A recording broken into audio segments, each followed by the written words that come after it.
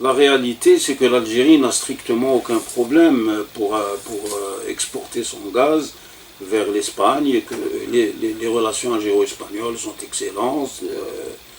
Et puis, les pays, parce que le gaz se stocke difficilement, les pays consommateurs savent très bien que la source algérienne est une source fiable.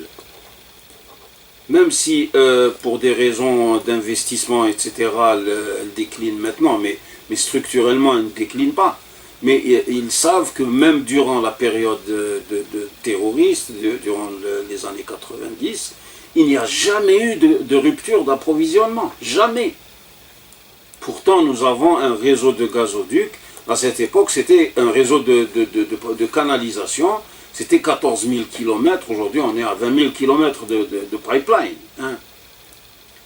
Nos gisements ne sont pas au bord de la mer. Ils sont bien profondément dans le désert. Et nous n'avons jamais eu de rupture d'approvisionnement. L'Espagne, il le sait.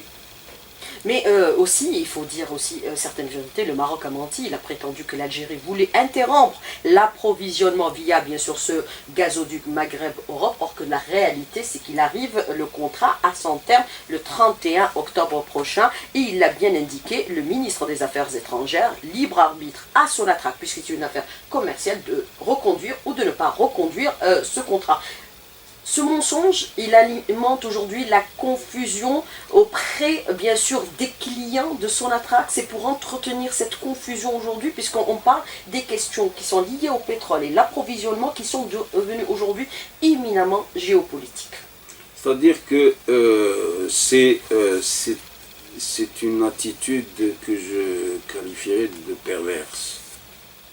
Parce que ça sous-entendrait que Sonatrach ne tient pas ses engagements à l'égard de ses clients contractuels. Le gaz, c'est une industrie de long terme. Les gaziers, ce sont des électriciens ou des industriels. Lorsqu'ils signent un contrat avec vous, il ne faut pas qu'il y ait de rupture d'approvisionnement, parce qu'ils ne peuvent pas ils vont arrêter leur installation, qui fonctionne à flux tendu. Je vous ai dit que même durant la période, la décennie noire, il n'y a jamais eu de rupture d'approvisionnement. Jamais, strictement jamais.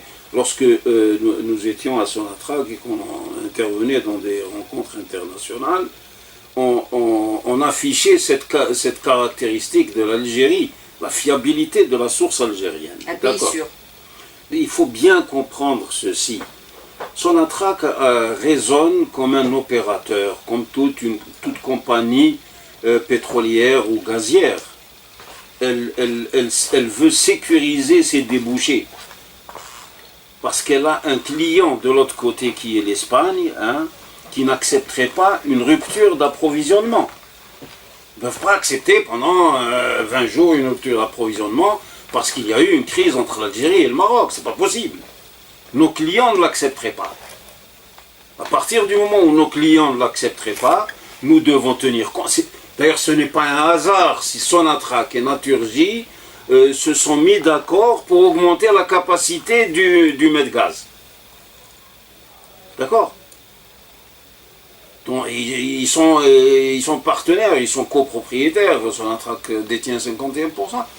Ça veut dire que l'Espagne elle-même s'inquiétait de l'interruption du flux gazier provenant d'Algérie. Il n'y a pas que les Algériens qui s'en inquiétaient.